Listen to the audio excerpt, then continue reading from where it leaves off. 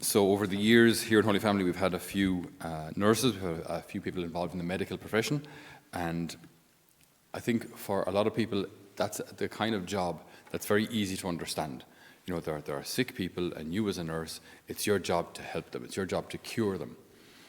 I have great admiration, though, for those who work with people who will not get better.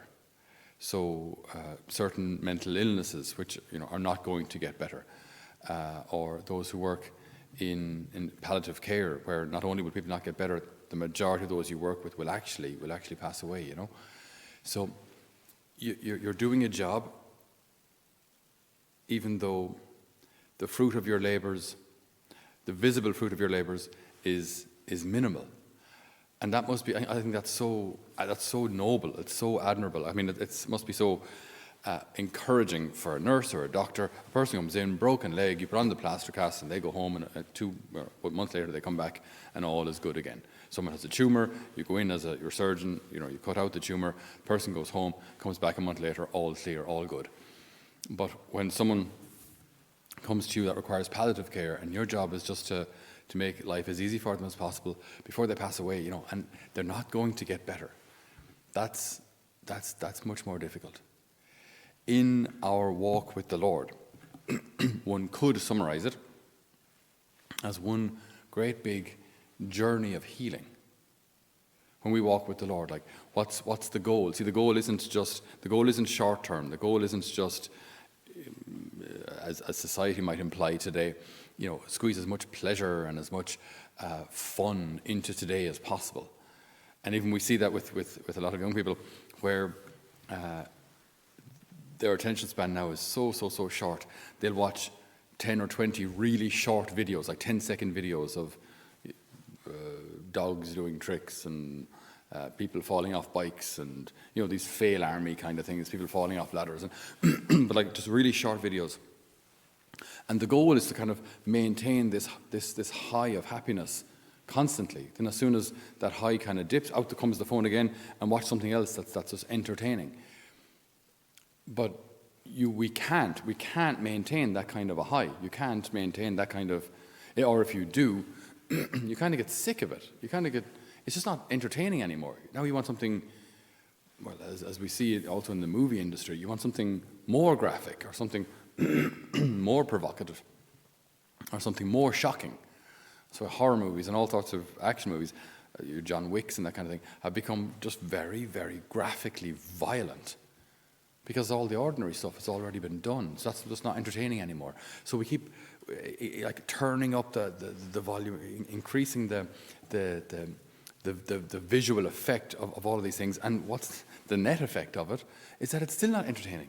So where does it stop? Where does it stop?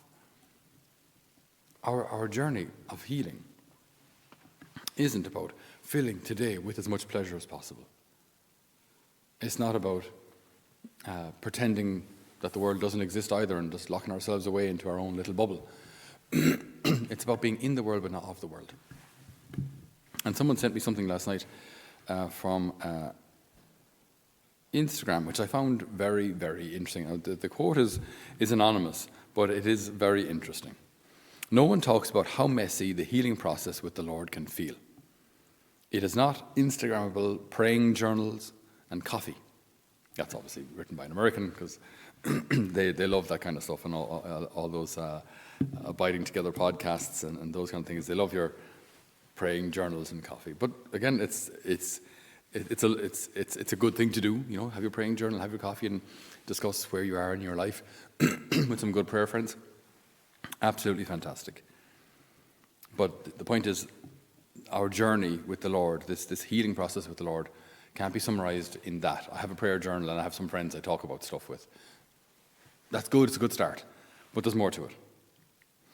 So what does our Instagrammer say? This healing process is the uncomfortable journey of letting God show you the lies that are driving the patterns in your life.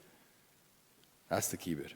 Letting the Lord show you the lies that are driving the patterns in your life. So say there are lies that you believe about yourself, lies that you believe about others, lies that you believe about another race or nation or people or religion. And this drives us to act. Most of these issues will be aimed at ourselves, how we see ourselves. Do I see myself as lovable?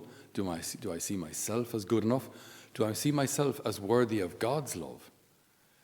Or, as John Eldridge says, a man's greatest fear is that he's not enough. He's not enough. So very often within men, we find ourselves trying to prove ourselves constantly. You put a bunch of lads into a car park or into a field, or they have to wait for something, they'll start throwing stones, see who can throw the stone the furthest. They'll start pucking a ball, see who can puck the ball the furthest. They'll, try and jump from here to the far side without, they'll do something to prove what they can do, to prove how good they are. So there's this, what can be motivating that? This restlessness that they're not good enough. And then a woman's greatest fear, according to John Eldridge, is that she'll be alone. This paralyzing fear of being alone.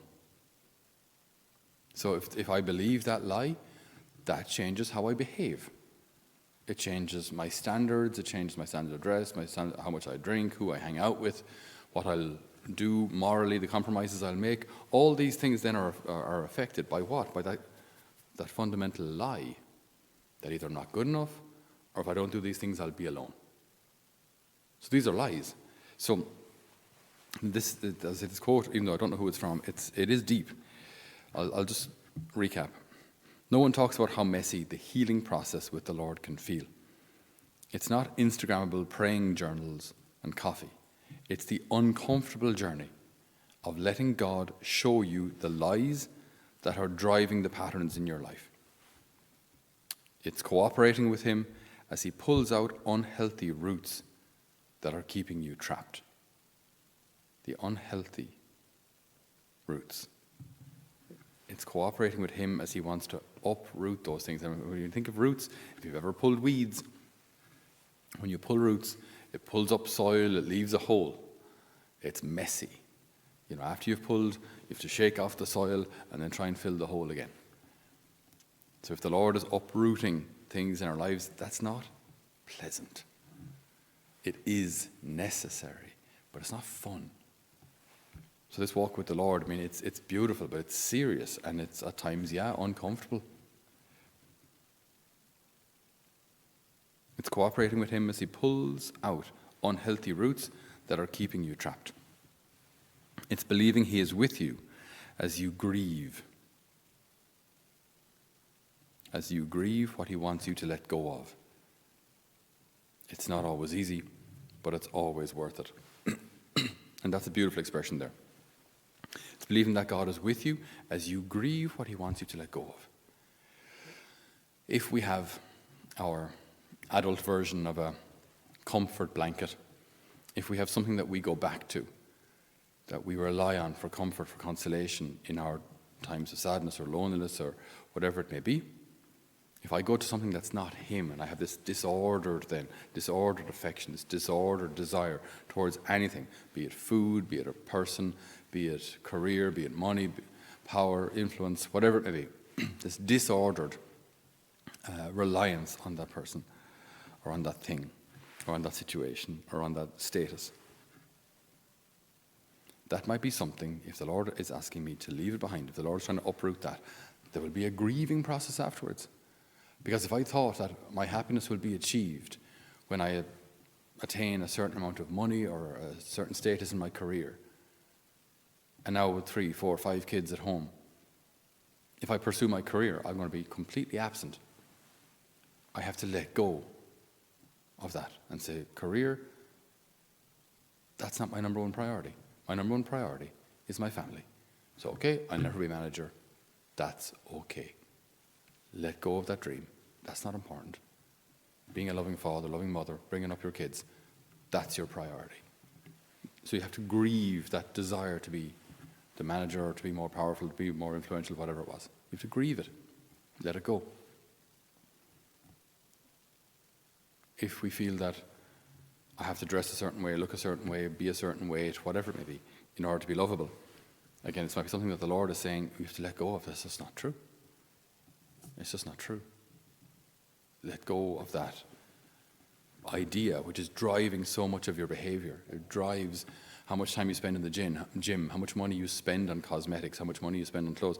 It's all driven by this one fundamental lie. You're not good enough as you are. You're not good enough. And you're going to be alone.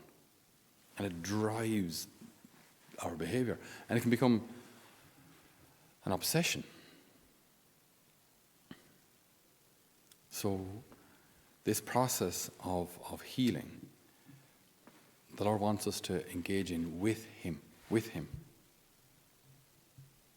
Our prophet today, the prophet Hosea, in our first reading, speaks about, the Lord speaks to him about how his people have turned away. They have built golden calves and altars to all sorts of gods. My anger blazes against them, he says. Again, yesterday we spoke about how God sees his people as his bride. So when they adore other gods, they're guilty not only of idolatry, but of adultery. And the Lord wants to heal this. Like, why do people do this? Why do people fall into idolatry? Because they believe that if I do, I'll be happier. So we can have our own God, we can have the God of Israel, but then if anything goes wrong, it's always good to have some backup gods, just in case.